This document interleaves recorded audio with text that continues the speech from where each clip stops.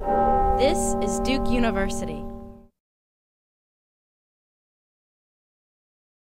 So, good afternoon.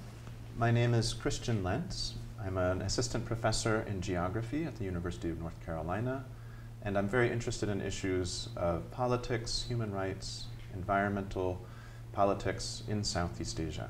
And so today, it is my distinct pleasure to have a conversation with Ahmady.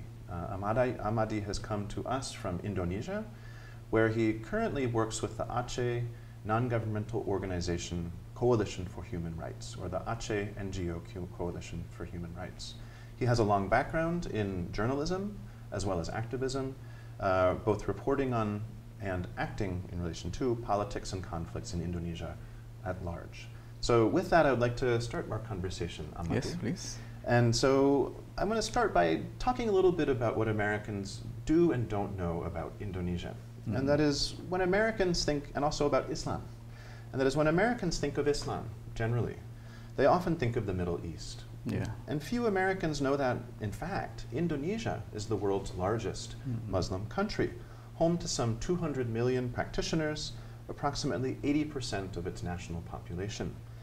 The problem is compounded by what a political scientist here in the United States called Indonesia's invisibility. He called it invisible Indonesia.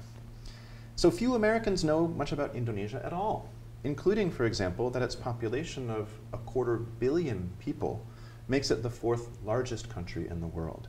So to start our conversation, I'd like to invite you to talk about a bit about Islam in Indonesia. Okay, I want to tell you about my confusings about people in the United States about Indonesia. I got it when last time I gave a talk in the Massachusetts University, and I met a professor in that university, and he asked me, "Where's Indonesia?" He is a professor. Where is Indonesia? How many your population in Indonesia? So I said that we have a more than 230 million people in Indonesia. And he shocked. He didn't believe it. And he take his phone and asking Google, "Google, please let me know how many population people in Indonesia." And Google said 230 million people. Oh my God. But that's not make me shocked. I'm surprised because a professor in United States didn't know about Indonesia. But if I talk about Bali, maybe people in United States know, oh, Bali, yes. Bali, but Indonesia, no. So that's why they don't know about the political Indonesia. Many people in United States, not all, of course, they don't know also about Islam in Indonesia. They don't know that Indonesia is the largest Muslim country in the world. Yes, we have 230 million people in Indonesia. Almost 80% are Muslim. It's tremendous numbers. Tremendous numbers. So that's your questions. If talking about Muslim, people in the United States focus about the Middle East. That's the problems. That's because even we are the largest Muslim country in the world, but Indonesia is a secular country. We are not Islamic country. So our constitutions based on universal law, not Islamic law. We have Aceh. Aceh is exception in Indonesia because only Aceh in Indonesia implement the Sharia law. But Aceh is a small part of Indonesia. Only 5 million people in Indonesia. We talk about Aceh later. That sounds good. I think it is the answer of your questions. Why people in United States, if talking about Islam, their focus must be to Middle East, not to Indonesia. And I think that's a problem, but I think it's also something that for any of us in the United States who work on Indonesia encounter quite frequently. If I mention that I went to Bali, people are like, oh, Bali, and they have an idea of this sort of paradise. If I say Indonesia, they often confuse it with Polynesia or Micronesia, other places in the world. But Indonesia, I think, is a place where people of all backgrounds in the United States can learn more, not just about a part of the world and its fascinating history, but also about Islam and its different varieties around the world. So is there anything about Indonesian Islam that you think that Americans can learn from? I think talking about Islam in Indonesia, we couldn't separate with our constitutions. In the beginnings, if you learn about the history of Indonesia, we have a national constitutions. It was mentioned in the beginning, right? I told you in the beginning. It was mentioned that Indonesia must be referred, the base constitution of Indonesia must be referred to Islamic country. That's in the beginning, on 1945. But so many people in Indonesia protest about it. Because we are pluralisms, even majority of people in Indonesia are Muslims, but we are also have a many ethnic who they are not majority, not Muslim majority. So, and some of Muslim leaders in Indonesia also have a high nationalisms. They think Islam, Sharia law is not good to be implemented. It's not fair to be implemented in Indonesia because we have many people also not a Muslim. We admit, Indonesia admit there are more than six religions in Indonesia. We have a Christian, Catholic, Konghucu also, Confucius, and Confucius, how to say it? Confucianism? Confucianism, and Taoism, Buddha, Hinduism. And also we admit the new religions now from India. Interesting. We call it, I don't remember what's the names of the religions, but I think this is the new religions. So more than the original 5? Yes. I see. I think more than 6. More than 6. I think that's a sign that Indonesia welcome to diversity. And that's, you're talking about diversity is another way that we can talk a bit about Indonesia, because it's such a large country, both in terms of its population, in terms of its Islamic population, but also in terms of its area. Okay?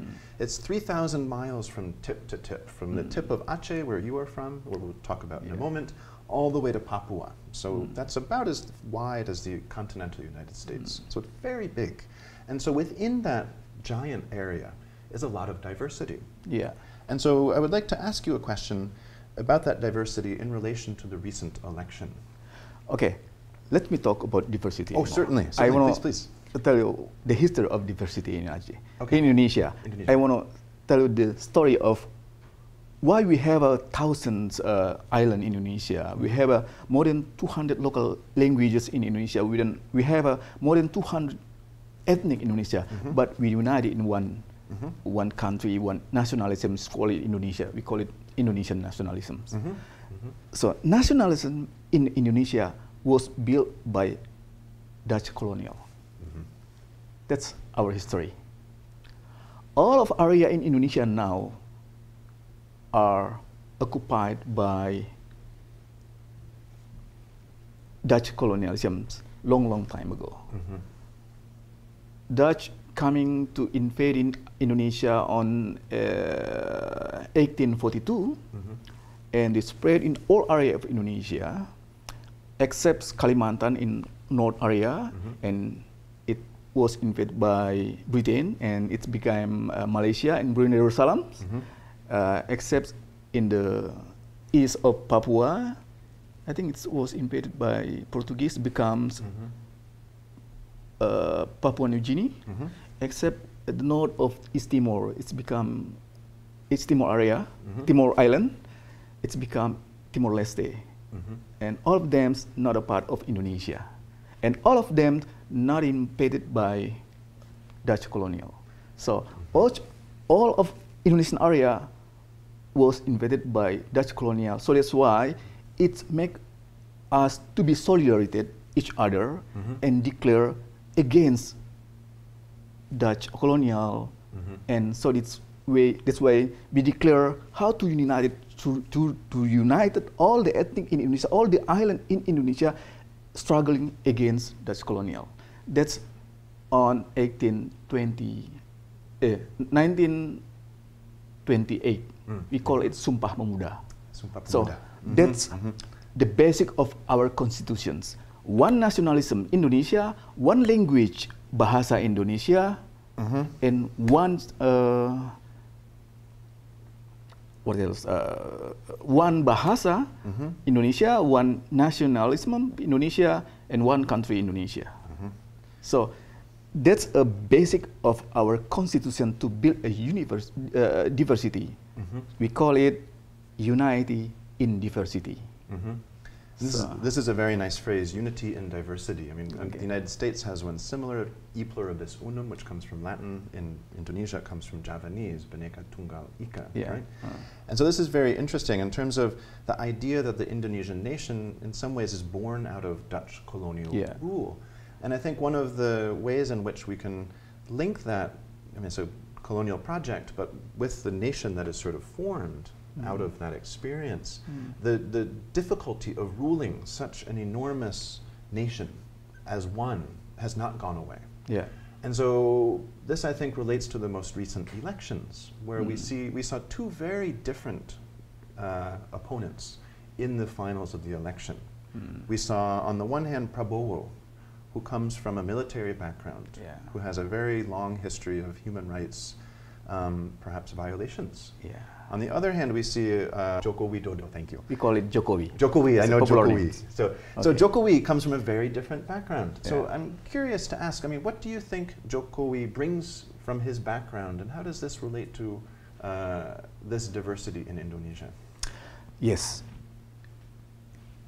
In other side, we're talking about diversity, but if you're talking about elections, president elections, and we have experience in many experience, all our elections, all people in Indonesia, in president elections, the candidate to be elected for presidents must be from Java. Interesting. Must be from Java. Why? I think it's happened in all the world. Sometimes we have a pro-modalism. It's real. I think it's a fate. It's given.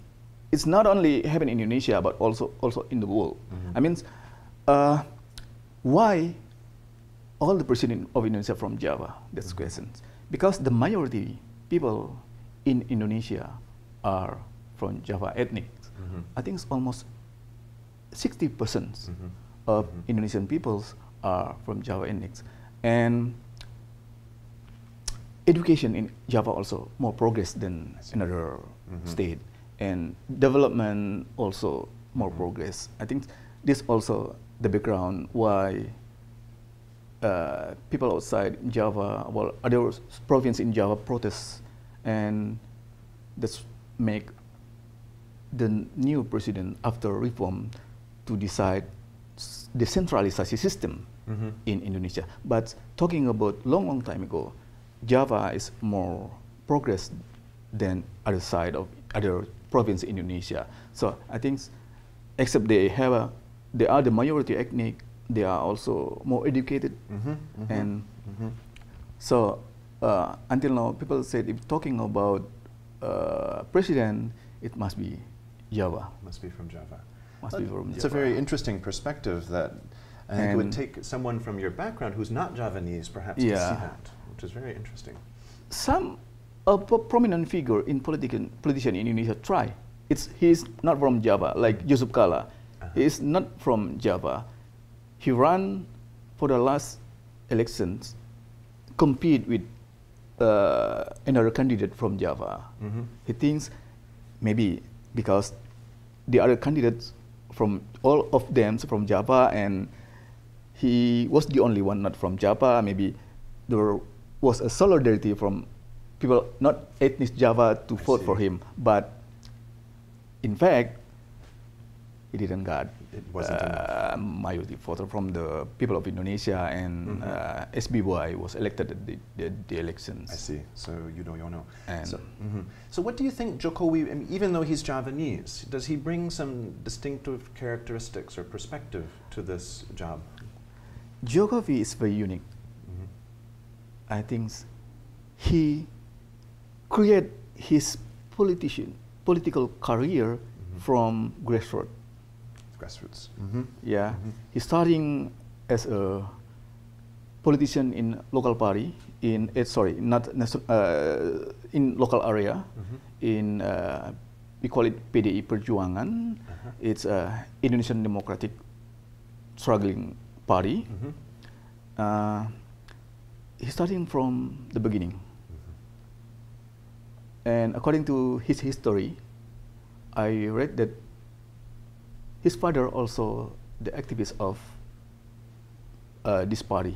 Same party. So, same party. And then he created his career, and he was elected as a mayor in Solo. That's a small area in center of Java, and it's very traditional. If talking about Java, people say, come to Solo. It's close to Jogja. And Solo and Jogja is very close. It's pure Java. If you want to learn about Java, please come to Solo. Please come to Solo. Yes. And during his leadership in Solo, he got so many achievements. So he was promoted by his party to compete for elections to become a governor in Jakarta. Jakarta is the capital of Indonesia. This is the first time in Indonesian history people outside Jakarta compete to become a governor in Jakarta. Mostly before, when I'm talking about the history, all of the governor in Jakarta must be from Jakarta. That's interesting. Must be, most of them are Batavia, Betawi. Betawi is the pure original ethnic in Jakarta. And Jokowi is the first person who coming from out Jakarta and compete for the governor elections to be a governor in Jakarta. And he won. Because he got a very good track record when he was leading Solo. So beside it, he is from Java, and now population people in Jakarta almost 12 million. That's enormous. Almost 12 millions, and majority of them from Java. So it's a given for Jokowi. It's a benefit for Jokowi, and I think that's why he was elected for governor elections in Jakarta. And when he was a governor in Jakarta, he also showing to the people that how to be the good leader. I think he is the only one governor in Indonesia who popular with you call it belusukan. Belusukan, it's mean coming to the people, asking to the people, communicate with the people directly. It's never happened. I mean, it's only a few leader in Indonesia did it. And Jokowi said, I interviewed Jokowi last on April when I was invited by East West Center. I got a fellowship, and we went to Jakarta, and we discussed with Jokowi. We interviewed him. It was before he declared to running to become Indonesian president. So he said that he only spent 2 or 3 hours a day in the office. And the rest of the time he was among the people. That's remarkable. Time to sign a document, to have a meeting with a civil servant in Governor Jakarta, in Jakarta government, and mostly his time spending meeting with the people in the rural area, in the slum area, in all area in Jakarta, asking people what happened in the field, what do you feel about situation. So he got directly input from people in the grassroots. So he is very popular and humble. When I came to his office with my friends. We were 13 people, journalists from all the world. We invited by East West Center coming to Jakarta and interview Jokowi. The officer invited us sitting and waiting for Jokowi, and 5 minutes later, Jokowi coming with the very simple t-shirts and with his very simple shoes. It looked like it's not the governor. So he checked the journalists from India, he checked journalists from China, my friends, and they didn't know he is Jokowi. So they think this is a civil servant in the government of Jakarta. It's okay, but when I say that's Jokowi, that's him. What? That's remarkable. This is Jokowi. It's unbelievable because his performance, like it looked like countrified. That's a very different position for an elected leader in Indonesia, or an official too.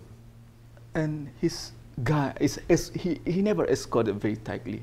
It's very close to the people, and then it's very easy to interview Jokowi. So he's a very different president from other presidents or leaders people in the past. Think that we are very close to Jokowi's style. He is down to earth. Yeah, he's can feel what people feel about the government, about situation, whatever. So that's why I think in the last president election in Indonesia, there are million people in Indonesia to be a volunteer for Jokowi. Wow. They were not paid. But they were willing to volunteer and help his campaign. We are volunteer because we need Jokowi. And it's very. It's look like if you read in social media, it's very, how to say it, it's look like it's a war in social media between Prabowo supporters and is that right? Jokowi volunteers. So the campaign carried over from the speeches into the social media world as well. Hate speech every time. That's interesting. That's very interesting. So I'm curious then, what you think, I mean, based on your assessment and based on what I've read as well, I mean, he's clean. He has a background not in the military, which is unusual. He doesn't come from a political clan in Indonesian politics. He's coming from grassroots. Coming from the grassroots, he's close to the people, he listens to people. So what do you think he brings to Aceh, for example? How does what kind of qualities does he bring as a new leader in Indonesia? I think this is the new information I know. Jokowi also has emotional with Aceh. In the beginning, I think Jokowi never know about the history of Aceh. But when I read his history, and he spent 2 years living in Aceh. Oh, he did. After he graduated from the UGM, he went and worked in a coffee plantation in Gayo. Is that he right? spent 2 years. What years were those when he was there? I don't remember anymore, but some time ago, right? 1970s maybe? Or? Yes, 2 years after he graduated from UGM. So he spent 2 years working in coffee company. It's I don't remember. Maybe it belongs to Belgium or Holland company, and he has also foster parents in Gayo. And with the people in that area, he was built a small mosque in one village in Gayo. That's the history. That's a relation, emotional relation between Jokowi and Aceh. But talking about Aceh, not talking about the emotional. We also doubted in the beginning about what is the knowledge of Jokowi about the history of Aceh, about the history of conflict of Aceh? It's important. Will he pro to Aceh people when he after he elected to be a president in Indonesia? That's our questions. But we will not worry about it because the vice president, the vice of Jokowi, is Yusuf Kala. Yusuf Kala is one of initiator of peace process in Aceh when he was a vice of president in SBY era. Is that right? So even Jokowi didn't have a good knowledge about Aceh history and its conflict, but he has Yusuf Kala. I'm sure Yusuf Kala will respect and will care what demanding by Aceh people. Oh, that's very interesting. So Yusuf Kala and Jokowi then make a very interesting team. Yeah. To, in some ways, to carry forward, we hope to carry forward the peace process, but perhaps even to challenge some of the unfulfilled promise of the Helsinki Accords. And if I'm not mistaken, those were negotiated or signed in 2004 or 2005? Yeah, 2005. 2005. August 15, 2005. August 15, 2005. So what do you think, in particular, Jokowi might do with regards to the Helsinki Accords, Yusuf Kala and Jokowi together? Yes. About the agreements, some of the agreement hasn't been implemented yet in Aceh. I read a newspaper when I was in the United States. I always read a newspaper who talking about Aceh in Indonesia, and the Home Affairs of Indonesian minister said it's not because of Indonesian government don't want to implement it, but it's very tight dialogue between GAM, Indonesian Aceh government and Indonesian government, how to manage, how to explain, how to implement it, the point, like about sharing benefit for mining and gas, gas, oil, whatever, all of these gold, resources. whatever, Yeah. and about the authority of Aceh government, and also about the land acquisitions. Okay.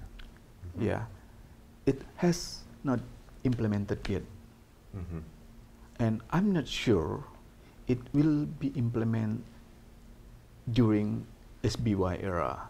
We are now on September, and the next October will be the end of SBY era, and Joko will be inaugurated on October this year, and so that's why the government of Aceh joined with the civil society, and also some of them former rebel, make a team to build a dialogue with Jokowi and Yusuf Kala, how to make sure, how to convince Jokowi governments that Jokowi will concern and care to the Aceh. Oh, that's very And interesting.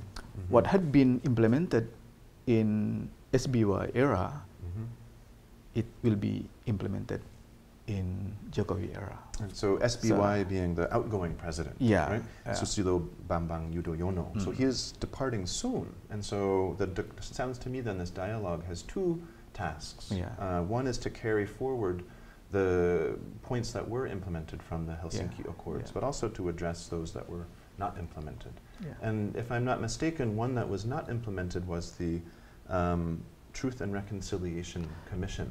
That's good. That's true. And what do you think, I mean, why is that important to a lasting peace in Aceh? It's very important to Aceh. It's about victim of conflict. During the conflict, there were 23,000 people died. And according to the result of Human Rights Watch, there were 11 kind of extrajudicial executions. It can be mentioned extraordinary crime in Aceh.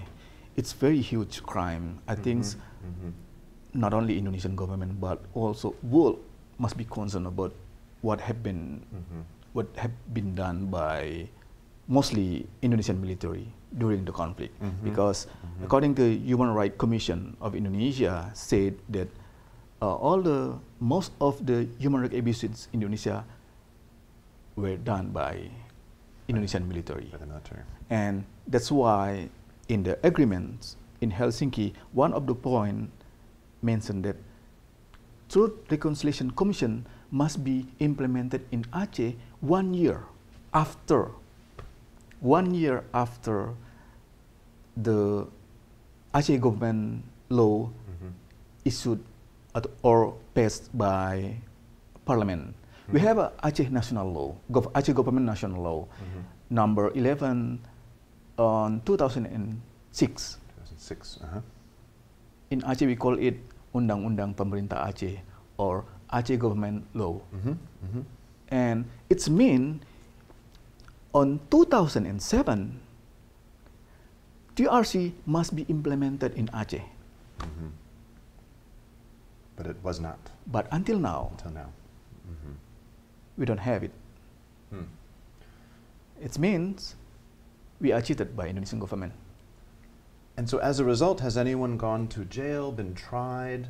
Is there any accountability for these past human rights violations? Yeah, but if you talk about reconciliation, if you talk about TRC, we are not talk about how to take the perpetrators to the court.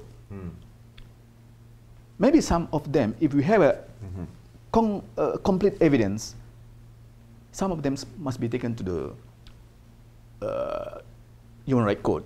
But I think it's difficult because these human rights abuses have been done long time ago.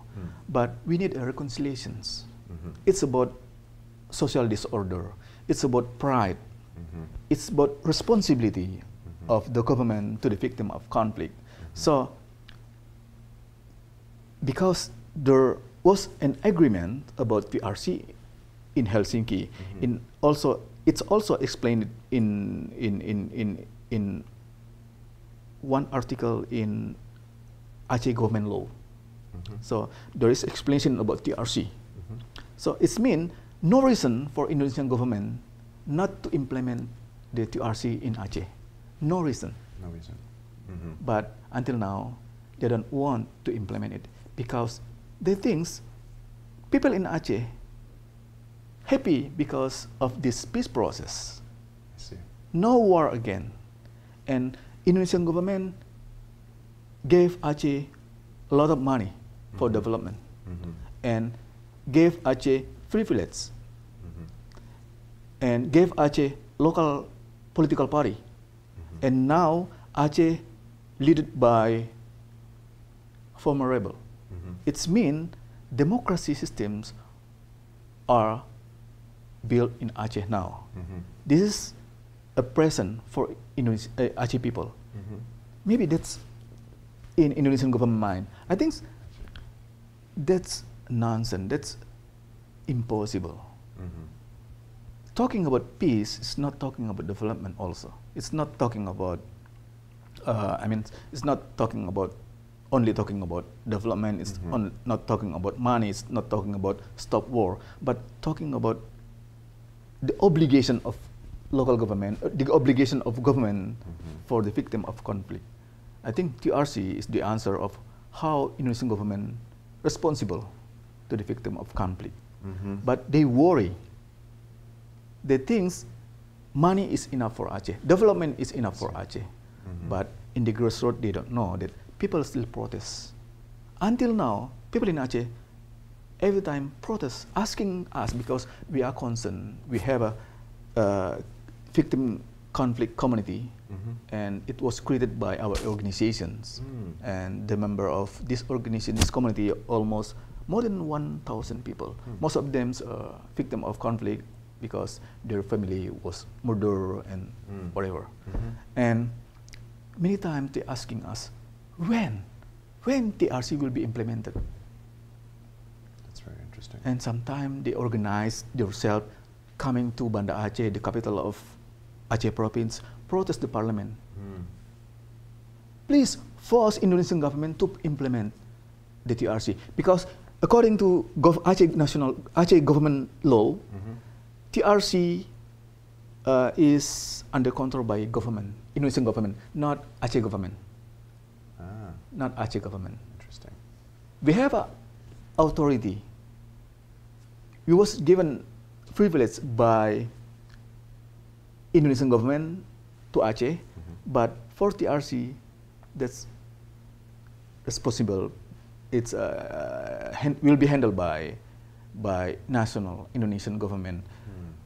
TRC in Aceh will be implemented if we have a national TRC. I see. But until now, we don't have a national TRC. It's impossible to have a TRC in Aceh. I see. So we force Indonesian government to create TRC in national level. But until now, they don't want to do it.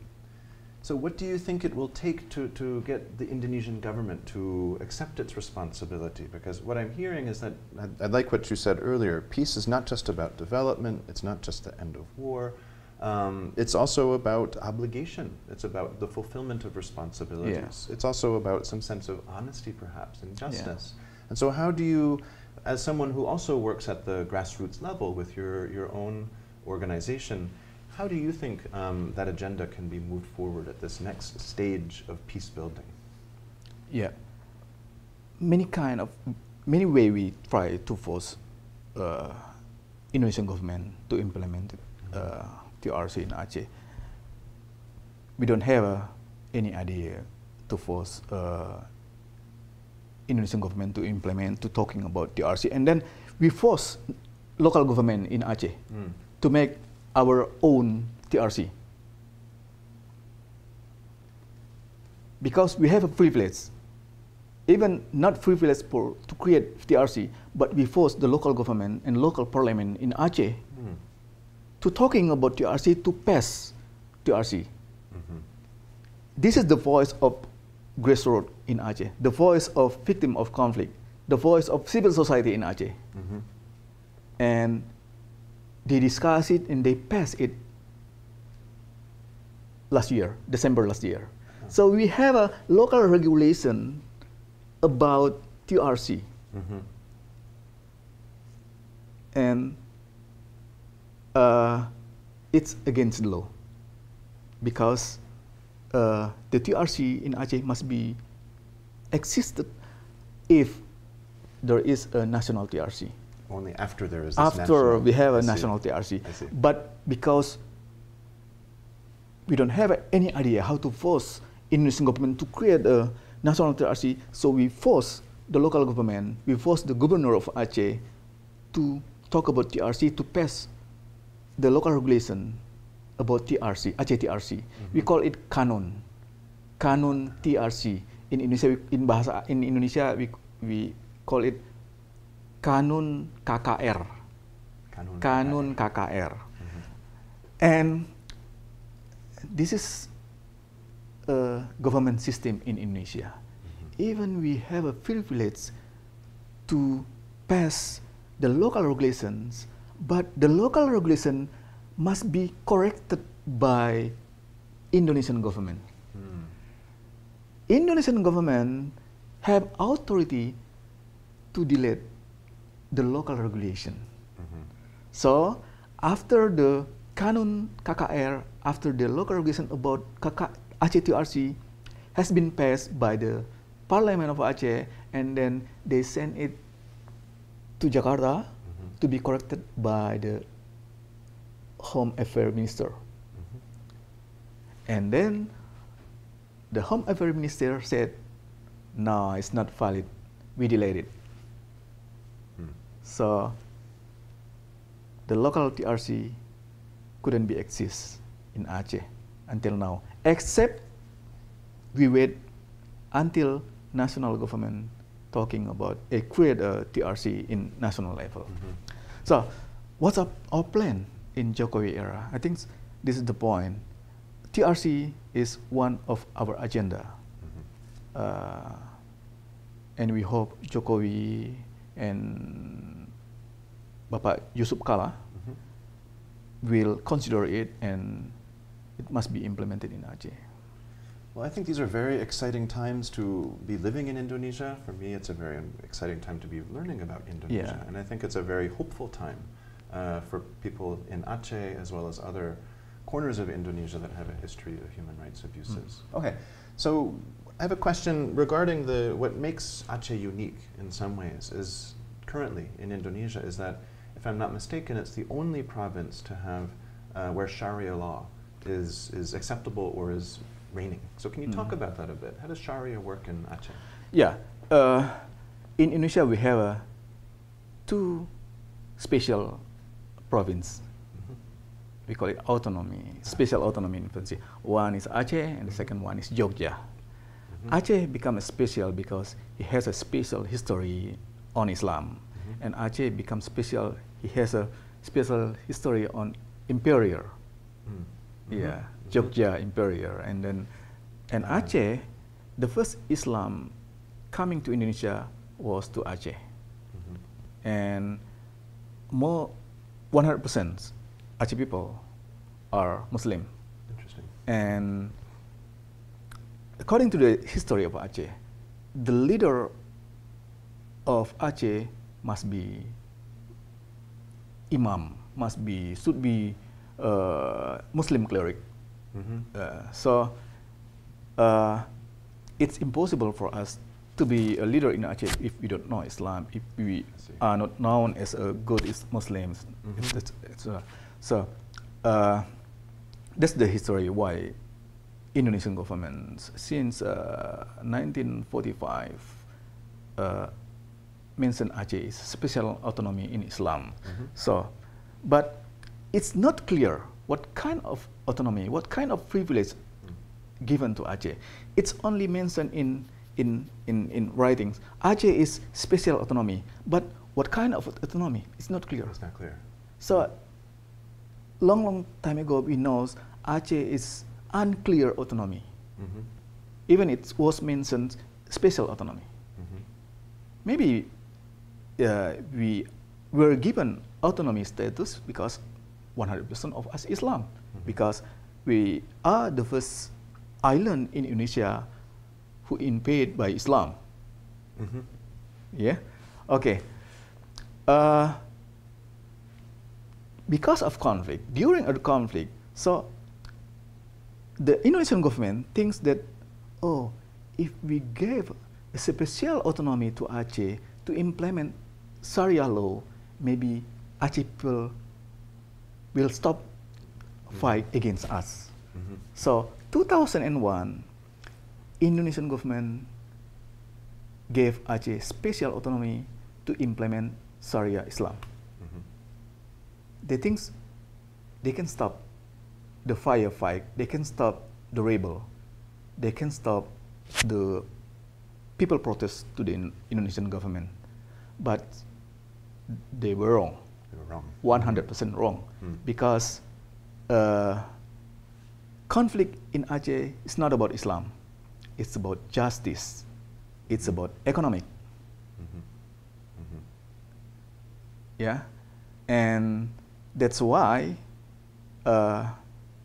when we have a first time when we implement a Sharia law in Aceh on 2001, nothing's happened in Aceh. Nothing changed. Nothing changes. So we still have a firefight, rebels still guerrilla, firefight against war against Indonesian government, whatever. But ulama role, it's mean Muslim cleric role has a very important role. It has people listen to the ulama. So when we have an agreement in Helsinki, one of the point is also implemented the Sharia law. So it continues. So this is the voice. This is how GAM also to accommodate the ulama voice. I see. So GAM also, the Free Aceh movement also has to accommodate the Muslim leaders. Muslim leader voice. That's interesting. And they put it in the agreement. And also in the Aceh government law, it's mentioned that Sharia law, Aceh, the only one province in Indonesia who implement Sharia law. The problems, what kind of Sharia law we implemented in Aceh? This is still debatable in Aceh. Maybe, for me, the meaning of Sharia law is different with the ulama. Because I think Islam is developed. Islam always progress. And some of ulama said, what the Sharia law, the meaning of Sharia law, who implemented in long time ago during our Prophet era, it's same now. It's like people weeping, caning in front of the public. I think I'm not sure it is appropriate. Or it's good to be implemented now, and look like stoning people. Yeah, I think I'm sure it's maybe in long time ago. That's a rule. That's a law. Because people don't know, but don't have a good enough knowledge about human rights, whatever. But now, I think it's not good to implement it. So, what the meaning of Sharia law? It's still debatable. Still debatable. Yeah. This is a very interesting point. I mean, it sounds to me like there's multiple interpretations of Sharia. That's good. Right? So that is a cause for debate and stimulates, I'm sure, lively conversations in Aceh. Another question I wanted to ask follows on your earlier point that things did not change much in 2001, but with the implementation of Sharia law in Aceh. But something did change in 2004 in a very big way when the tsunami struck Aceh on December 26, 2004, and some 180,000 people died in Aceh as a result of this terrible natural disaster. And I'd like to hear what you think about how that changed the peace process in Aceh, which, by your account, had stalled. There wasn't much happening. What was the crucial difference that came about as a result of that terrible natural disaster in 2004? The peace agreement in Helsinki was signed not because of tsunami, but tsunami forced the two sides between GAM and Indonesian government to build a good dialogue to solve the peace, to solve the problem in Aceh. I mean, the starting of peace dialogue has been done since January 2004. Since I don't remember, January or March 2004. It has been started then, and then they discuss in Helsinki and try to decide the best way to stop the fight in Aceh. And sometimes dialogues was deadlocked because GAM still demanding the independence of Aceh, and Indonesian negotiators said that it's not impossible. It's impossible. Aceh is still a part of Indonesia. So also about the local political party, GAM said we have tried to establish the local political party in Aceh, but Indonesian government said that's impossible because according to Indonesian constitution, we don't know about local political party. So it's deadlocked many times. So on December 26, 2004, a huge disaster, a giant disaster, tsunami attacked Aceh. Almost 60% in West Coast area destroyed. Maybe almost 80% in West Coast area destroyed. And as you say, 160,000 people die because it. Almost 200,000 around the world, because tsunami also affected to the southern Thailand, Sri Lanka, and Malaysia. So these conditions force the negotiator of GAM and negotiator of Indonesian government how to solve the condition in Aceh. So I think tsunami strengthened the dialogue, strengthened the peace process, and the agreement signed in Helsinki, August 15, 2005. But we still have a conflict in Aceh. It's impossible to build Aceh if we still have a conflict. And at the time, we have a martial law, civil law in martial law, and all of area in Aceh under control by Indonesian military. How come? And most of people in Aceh hate Indonesian military. They worry because they know it's impossible working together with Indonesian military at the time. So we have to solve Aceh. So that's why international institutions like international country force Indonesian government how to solve the conflict in Aceh and how to find a way out to negotiate what kind of privilege will be given in Aceh, but Aceh is still a part of Indonesia. So it sounds to me then, I like what you said, that the tsunami did not cause the peace process, but it did change the conditions. Yeah. And it changed the conditions, if I'm hearing you right, in such a way that it allowed for international pressure to break the deadlock. And there's no coincidence that the accords were signed in Helsinki, right, in a different country, not in Indonesia, which then speaks to the presence of international mediators, perhaps.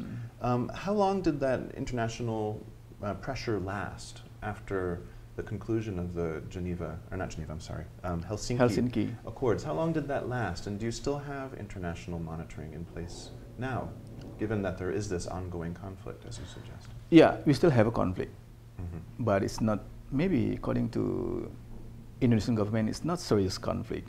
But for us, even it's small conflict, but if Indonesian government didn't care about this conflict, it can be bigger and bigger and bigger, and it becomes a bigger. Okay, according to the agreements, and one of the points of the agreement that during the peace process running in the first 2 years, there are international monitoring work in Aceh to monitor the peace, all the peace process, especially when the former rebel gave all the weapon, surrender their weapons, weapon to international monitoring, and it will be demolished by international monitoring. And it was demolished in front of the public, so public can count how many weapons has been demolished. And according to the agreements, 140 weapons must be demolished. And we know, everybody know, GAM, the Aceh former rebels, has more than that, more than 1,000 weapons, but we don't know where they keep it. It's still a problem in Aceh until now. But gradually, after all the weapons demolished by international monitoring, the police and Indonesian army can take the weapon from the civilian, maybe because of he involved the crime, whatever. So I think talking about the international monitoring in Aceh, after they worked 2 years in Aceh to monitor the peace process, and they went out, not work anymore for Aceh, and that's make we feel international look like didn't care about what happened in Aceh now. And even we know there are so many agreements has not implemented yet. including TRC. I see. Why we campaign for TRC until United States, in Europe, and we campaign in English media, because we need TRC must be implemented and international must support us. It's about human rights. It's about abuses. It's about abuses of power. It's about pride of the victim. And I think this is universal issue. And we need international care about this. So perhaps, I know we're running out of time. If I can invite you to add anything more before we close for today. Otherwise, I think we'll close this conversation and hope that we can continue our conversation in other forms. Yeah, I think we hope in October we will have the new president, Joko Widodo, and his vice president, Yusuf Kala. We have a problems. We have a very tight competitions in Aceh during the president election, because the local party, the biggest party in Aceh, we call it Aceh Party. This is the local party founded by former rebel. And during the president elections, there was a dispute inside the local party, this Aceh Party. Some of them support for Jokowi, and some of them support for Prabowo. So we don't know. And the final result of the election in Aceh, Prabowo won in Aceh. He did? Yeah. I didn't know that. That's a surprising outcome given his because the prominent figure who support Prabowo in last president elections is Mujakir Manab. He is the former commander of Aceh Independent Movement, former commander of GAM. I think he still have power, and people in the grassroots still trust to Mujakir Manab. And that's why the final result of the president election in Aceh, Prabowo won. I hope Jokowi government not angry for Aceh, and then we hope he will care to Aceh, even he didn't won in Aceh, and then we hope he bring a new era in Aceh, so we can build a new democracy in Aceh, and of course from Aceh we declare the new democracy in Indonesia. Let's hope it starts in Aceh. Yeah. That's a wonderful place to end.